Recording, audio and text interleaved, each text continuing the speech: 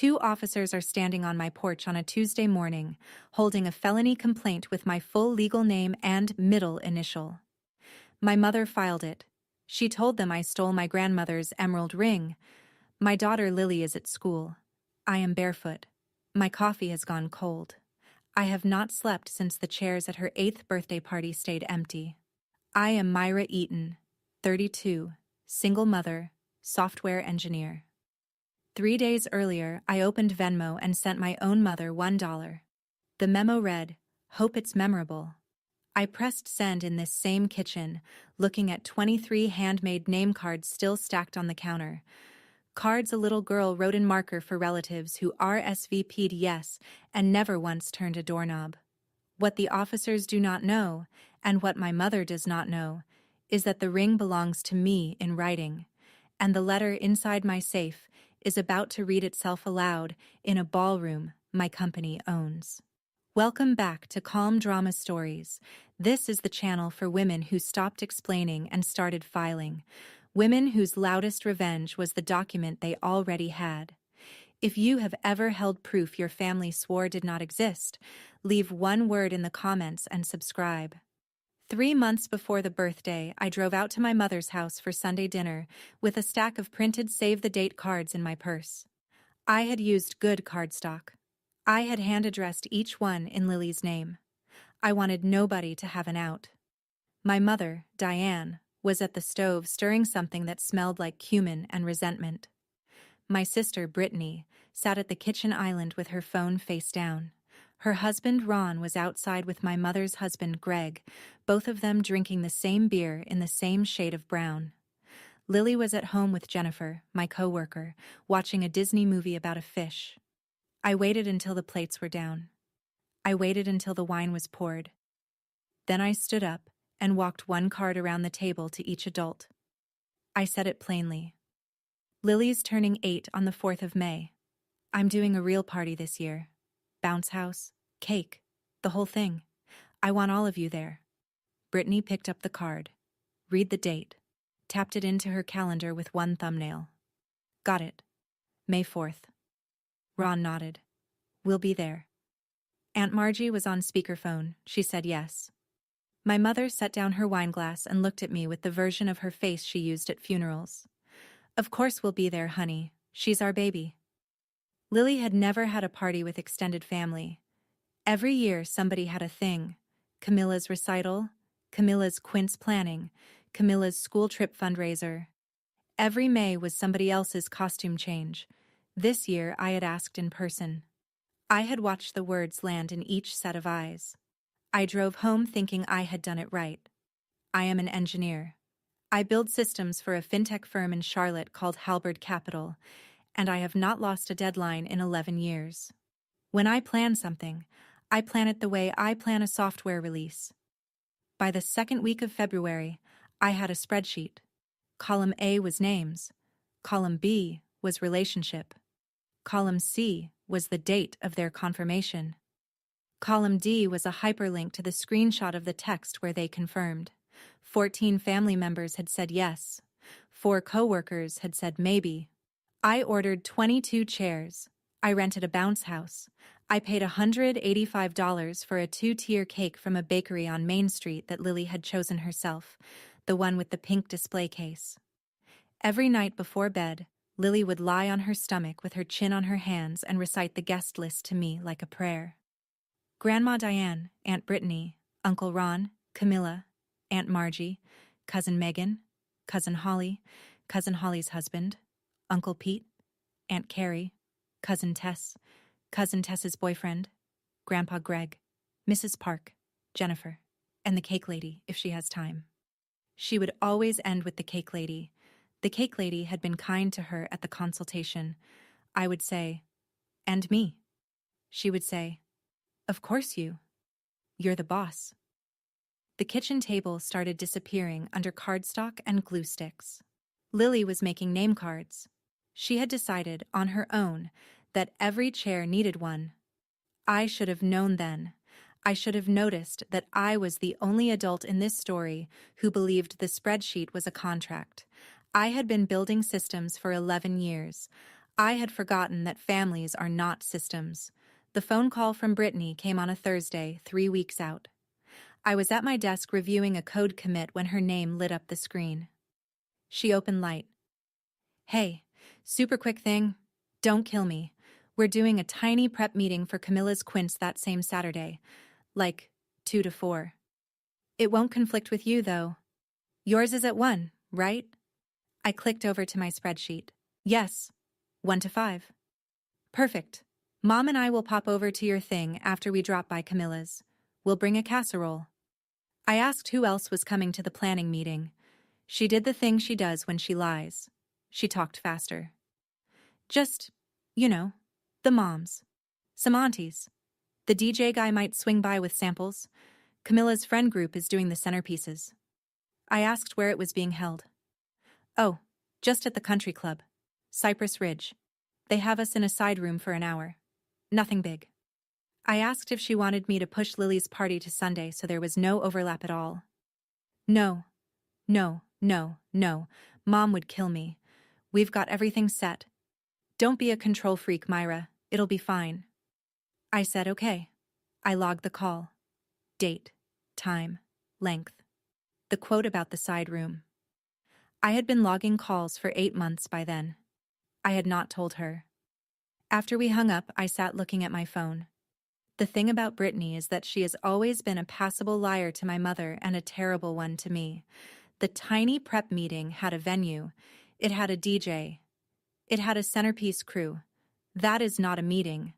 That is a party with a different name. I called my mother that Tuesday night. I rarely called her on weeknights. She picked up on the third ring, in the voice she uses when she is moisturizing. Yes, Myra, what is it? I asked, whether I should move Lily's party to Sunday to keep the day clean. I said the words I had practiced. I said them slowly. There was a pause. The pause was already an answer. She came back annoyed. Honey, Camilla's planning is just 2 hours. Everyone can do both. Why are you making this complicated? I told her that the planning meeting seemed to have grown beyond 2 hours. I told her about the venue. I told her about the DJ. She did not deny any of it. She said, "Don't be the difficult one, Myra. We get one quinceañera. We get one. Lily can have a birthday every single year. She's 8. She'll have 8 more." I said, "I just don't want her to be disappointed." She said, "She won't be. We'll be there. I'll bring the candles." I noted the call time on my phone. I wrote down candles. I underlined it. I almost said the next thing, the one that had been sitting under my tongue for years, about how every spring somebody had something Camilla needed, and Lily's day got compressed. About how my mother had not come to Lily's 4th birthday, or her 5th, or her 6th, because of recitals and tournaments and one time, a manicure. I did not say it. I said, "Thanks, Mom. See you Saturday." She made a small humming noise. "Wear something nice. The casual stuff washes you out." She hung up first. She always did. May 4th was a Saturday. The morning came in cool and clean. The grass was still wet, and the compressor for the bounce house started up at 11 with a sound like a small airplane. The bounce house was $340 for 4 hours. Cherry red and yellow with white inflated arches.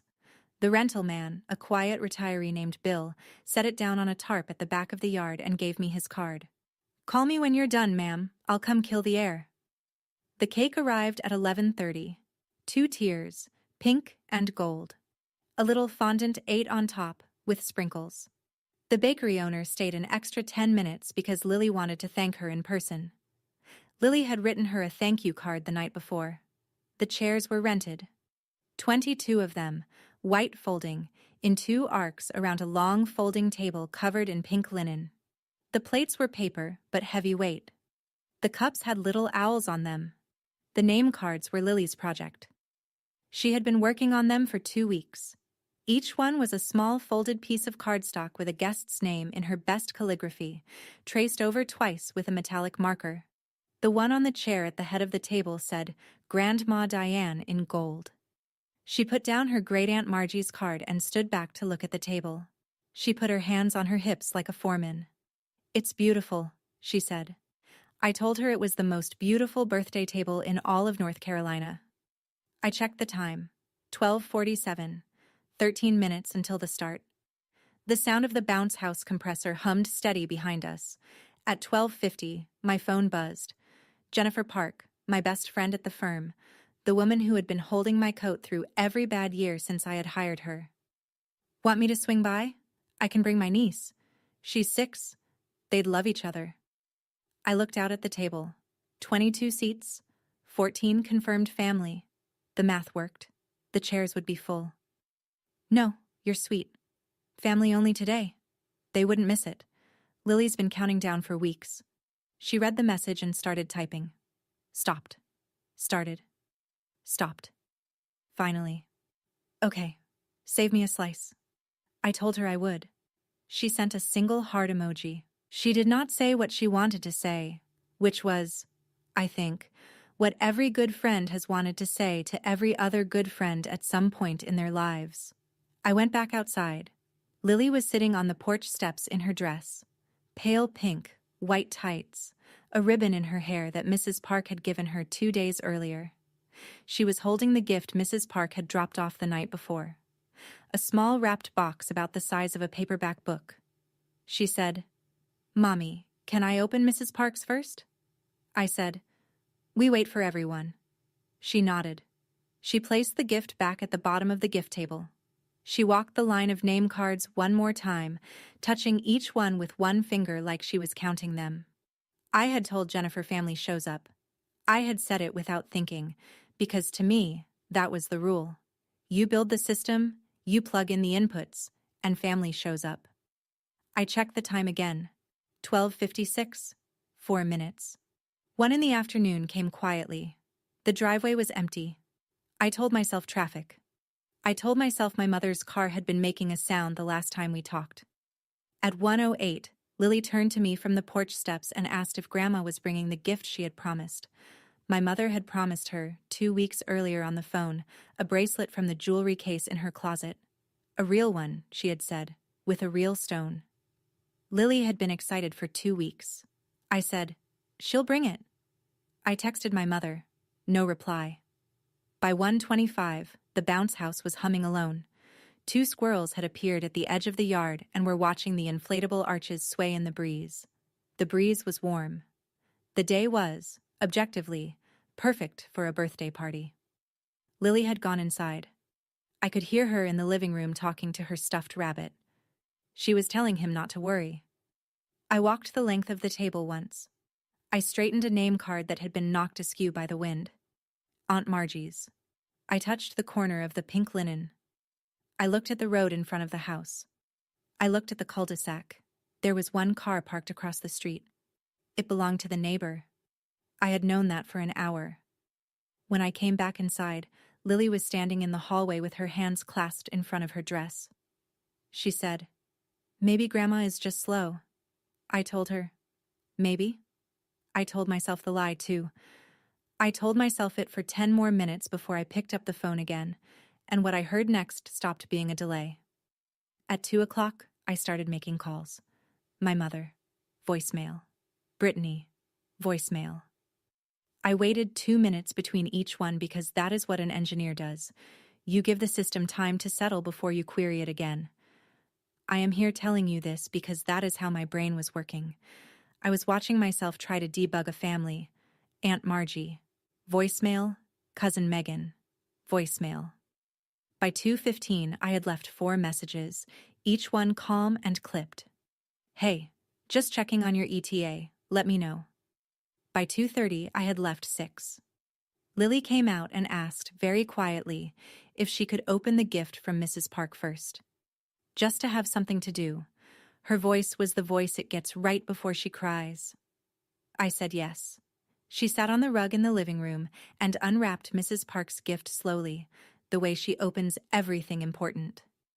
Inside was a small jewelry box, and inside the box was a beaded bracelet, peach and white, with a charm that looked like a little pearl. She put it on. She did not cry. She held her wrist out in front of her and looked at the bracelet for a long time.